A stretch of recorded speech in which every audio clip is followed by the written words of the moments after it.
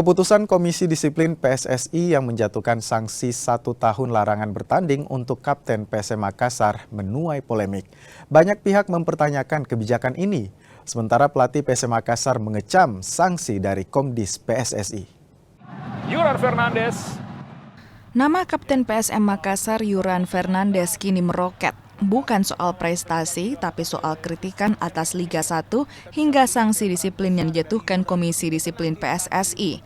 Pesepak bola 30 tahun itu tak bisa membela PSM selama 1 tahun ditambah denda 25 juta rupiah. Ini imbas kritik Yuran Fernandes di media sosial atas perangkat pertandingan kala PSM jumpa PSS Sleman pada 3 Mei 2025 lalu. Reaksi keras datang dari pelatih PSM Makassar. Bernardo Tavares bahkan heran dengan keputusan Komdis PSSI. Portugal about League of Indonesia when they saw this news. How we want to show respect if we make this? Because Pepe, central back from Real Madrid, kick the head on the game. He not catch 12 months.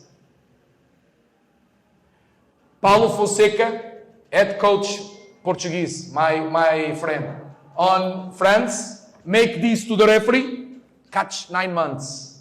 Yuran, not make nothing, 12 months. Welcome to Indonesia. Sementara pihak PSM Makassar pun akan melakukan banding atas sanksi kapten mereka. Banding akan segera ditayangkan sebagai upaya mencari keadilan dalam kasus Yuran Fernandes. Tim Liputan.